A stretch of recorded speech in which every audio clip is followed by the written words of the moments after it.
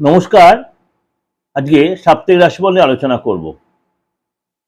23 March 2026 two 29 March 2026 এই সপ্তাহে সারাটা সপ্তাহ কেমন যাবে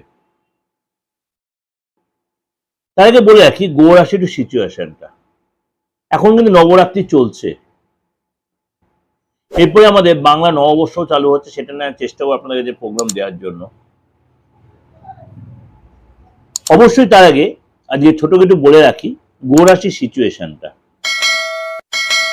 মীন রাশিতে বিরাজমান রয়েছে শনি, সেখানে রয়েছে শুক্র এবং সূর্য, অর্থাৎ ত্রিগ্রহী যোগ তৈরি হচ্ছে, শুক্রাদিত্য যোগ তৈরি হয়েছে। এছাড়া কুম্ভ রাশিতে রয়েছে আপনার রাহু, বুধ, মঙ্গল। মিথুন রাশিতে রয়েছে দেবগুরু বৃহস্পতি, আর সিংহ রাশিতে রয়েছে কেতু। এই সিচুয়েশনে মেষ টু মীন রাশির উপরে কি প্রভাব পড়বে চলুন তো একটু আলোচনা করে নিই। মেষ রাশি, মেষ রাশির জন্য এই সপ্তাহটা কেমন যাবে? শরীর স্বাস্থ্য দিক দিয়ে বলুন, আপনার ফ্যামিলিগত কন্ডিশনে বলুন, আর্থিক জায়গাটায় বলুন, বা আপনি যে বিবাহিত হন তার সেই দাম্পত্য লাইফ বা সন্তানের ক্ষেত্রে, বা আপনার ইকোনমিক্যাল সেক্টরটা, চলুন তো একটু ডিটেলে আলোচনা করি। প্রথমে বলি, এই সপ্তাহে মেষ রাশিকে কিছু কিছু জায়গায় একটু সতর্কতা মেনটেন করতে হবে। আপনার যদি আইনি কোনো ঝামেলায় আপনি জড়িয়ে থাকেন, বিশেষ করে কোনো কোর্ট কাছারির ব্যাপারে যে জড়িয়ে থাকে, দীর্ঘদিন কোনো চলছে এরকম কোনো আইনি ঝামেলা, সেখানে আপনার লাভদায়ক হবে, কিন্তু আপনাকে খুব স্টেপ বুঝে শুনে ফেলতে হবে। মেষ রাশিকে প্রথমেই বললাম। যারা বিবাহিত নয় দীর্ঘদিন বিয়ের চেষ্টা করছেন মেষ রাশির লোকেরা, এই সপ্তাহে আপনার কিন্তু অবিবাহিত যারা রয়েছেন তাদের জন্য এই সপ্তাহে কিন্তু কোনো যোগাযোগ আসতে পারে, বিয়ের ফাইনাল কথাবার্তা হতে পারে, বা আপনার বিয়ে হয়ে যাওয়ার সম্ভাবনাও রয়েছে, বিয়ের প্রস্তাব আপনার আসতে পারে। প্রেমের জায়গাটা, যারা প্রেম করছেন, প্রেমের জায়গাটা কিন্তু আপনার নতুন কোনো রিলেশন আসতে পারে, বা যে রিলেশনের ডিস্টার্ব চলছিল সেটা কিন্তু ডেভেলপ করবে এবং ফ্যামিলির সাপোর্ট পাবেন। মেষ রাশি লোকেরা যারা ব্যবসা করছিলেন, ব্যবসা দীর্ঘদিন একটা ডিস্টারবেন্স চলছিল, চাপ চলছিল, সেই ব্যবসা কিন্তু লাভদায়ক হবে। ভাই বোনের সাথে আপনার সুসম্পর্ক তৈরি হবে। আপনি যদি বিবাহিত হন আপনার দাম্পত্য লাইফ যথেষ্ট ভালো হবে, পার্টনার সাথে সুসম্পর্ক তৈরি হবে, এবং আপনার সন্তান থেকে আপনার লাভদায়ক হবে। যেসব মা বোনেরা মেষ রাশির আছেন, মানে তারা সন্তান যে কনসিভ করতে চান, এই সপ্তাহে কিন্তু সেই দিকটা আপনার সুখদায়ক এবং গুড নিউজ পাবেন। সন্তান আপনার যথেষ্ট সাপোর্ট দেবে, চাকরির জায়গায় আপনার সাপোর্ট হবে, এবং চাকরিতে বস কিন্তু আপনাকে যথেষ্ট গুরুত্ব দেবে, দায়িত্ব পালন করতে পারবেন। কিন্তু আপনাকে একটা কথা বলবো, কাজের জায়গায়, ব্যবসার জায়গায় চোখ কান খুলে চলবেন। কেউ আপনার সাথে মিষ্টভাষী হয়ে শত্রুতা করতে পারে কাজের জায়গায়। হয়তো দীর্ঘদিনের কোনো পুরনো বন্ধু আপনার সাথে কোনো কারণে শত্রুতা করতে পারে, জেলাস করতে পারে, সে জেলাসি আপনার সাথে আসতে পারে। আপনি সেই জায়গায় সতর্ক থাকবেন। ব্যবসায় নতুন করে যোগাযোগ আসতে পারে, নতুন কোনো ক্লায়েন্ট আসতে পারে, নতুন কোনো ডিল হতে পারে, আটকে থাকা অর্থ পাবেন।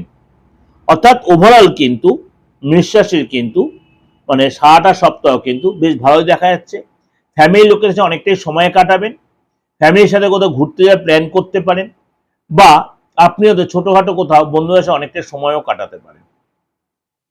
এই সপ্তাহে আপনার জন্য 27 তারিখ, 28 থেকে 29 তারিখ এই সপ্তাহে কিন্তু আপনার জন্য ঠিকঠাক, মানে 27 তারিখ, 28 তারিখ, 29 তারিখ আপনার জন্য দিনগুলো আপনার জন্য ভালো।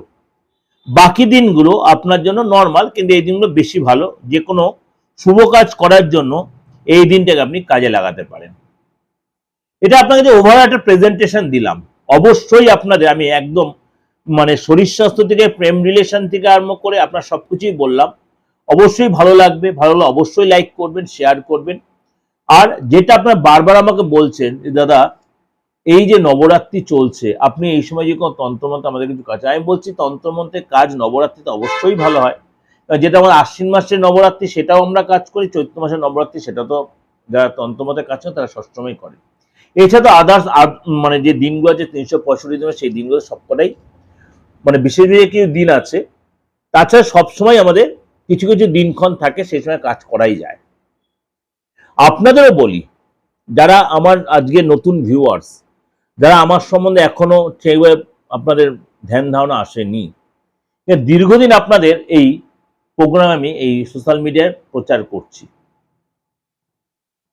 সুতরাং আপনারাও এই সময় বলুন বা পরবর্তী সময় বলুন, তন্ত্র মতে কোনো প্রতিকারের জন্য, যে কোনো প্রতিকার, খালি মৃত ব্যক্তিকে বাঁচানো সম্ভব নয়, মুমূর্ষ ব্যক্তিকে বাঁচানো খুব সম্ভব নয়,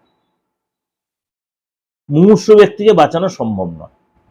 তাছাড়া মনে কোনো আইনি ঝামেলা বলুন, আপনি শত্রু জ্বালায় জর্জরিত হয়ে যাচ্ছেন, মানসিক প্রচন্ড চাপ আপনার অর্থকেও আটকে রেখেছে, ভীষণ একটা চাপে পড়ে যাচ্ছেন, লোকে আপনার সাথে ভীষণ কনস্পিরেসি করছে, জেলাসি করছে, মানে বস সাথে সুসম্পর্ক তৈরি হচ্ছে না, বারে বারে চাকরিটা চলে যাচ্ছে বা হতে হতে মুখের সুযোগ হাতছাড়া হয়ে যাচ্ছে, এই যে কাজগুলো ক্রিটিক্যাল কাজগুলো, বা স্বামী স্ত্রীর মধ্যে একটা বন্ডিং এর অভাব, বা বিয়ের একটা জায়গাটা আটকে যাচ্ছে, কেউ আপনার বেঁধে রেখেছে, সম্পত্তির দিক দিয়ে প্রবলেম, এই জিনিসগুলো আপনি অবশ্যই তন্ত্রমতে রেক্টিফিকেশন করার কিন্তু বিরাট সুযোগ আপনি আমার থেকে নিতেই পারেন।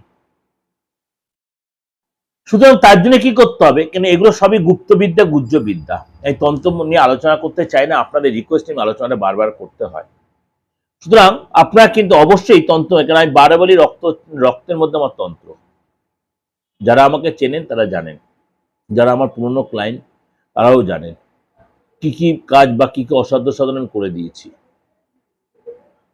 তন্ত্রের মানে অনেক স্টেজ রয়েছে, অনেক স্টেপ রয়েছে, এক একটা তন্ত্রের এক রকম, কখনো বুদ্ধিস্ট তন্ত্র, কখনো আপনার আমাদের মুসলিম তন্ত্র, কখনো হিন্দু তন্ত্র, কখনো আপনার জৈন তন্ত্র, বা কখনো আপনার এই কি বলবো চাইনিজ যে তন্ত্র, সব রকমই সিস্টেম কম বেশি আপনাদের আশীর্বাদ আমার রপ্ত করেছি।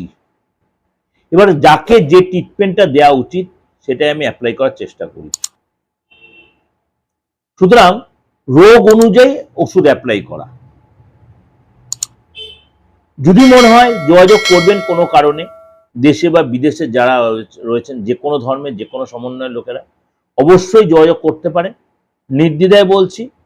চেষ্টা করব, কারোর হয়তো কাজ খুব মানে তুরান্ত হয়ে যায়, আর কারোরটা একটু দেরি হলো, সে কাজটা কিন্তু সে পায়, অবশ্যই পায়। ভালো থাকবেন, নমস্কার।